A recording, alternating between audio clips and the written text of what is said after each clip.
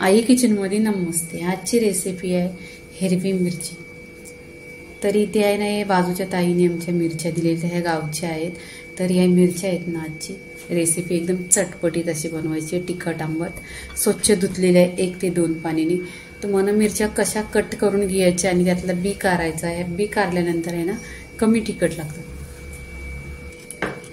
इथे मिरची घ्यायची अशी पकडायची आणि मिरचीला कट करायची। इथे कट केल्यानंतर आहे ना, त्यातला बी काढून टाकायचा। बी काढून टाकल्यानंतर आहे ना, तिखटपणा कमी येतो। अशा पूर्ण मिरच्यांना कट करून घ्यायची। गॅसवर तवा ठेवलेला आहे, तर 1 चमचा तेल टाकायचं।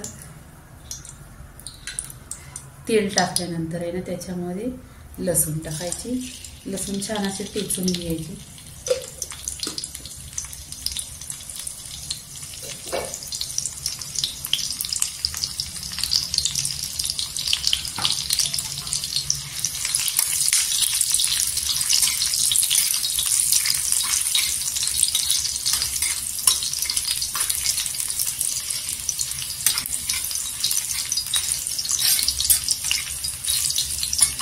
इथे लसूण गोल्डन कलरवर झालेली आहे। इथे मिरचीला कट मारलेले ते टाकायचे।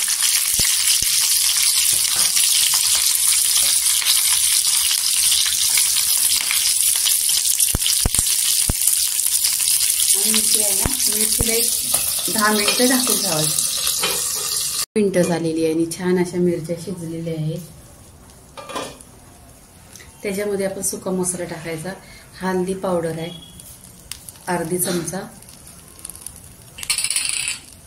आमचूर पावडर आहे अर्धी चमचा आणि धना पावडर अर्धी चमचा।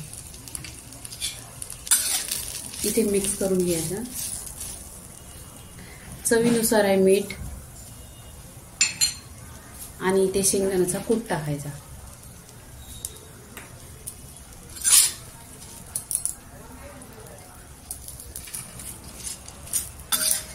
इथे शेंगदाण्याचा कूट टाकलेला आहे आणि छान असं तेलावर परतून घ्यायचं। इथे लिंबू पिळून टाकायचा, म्हणजे आंबट तिखट।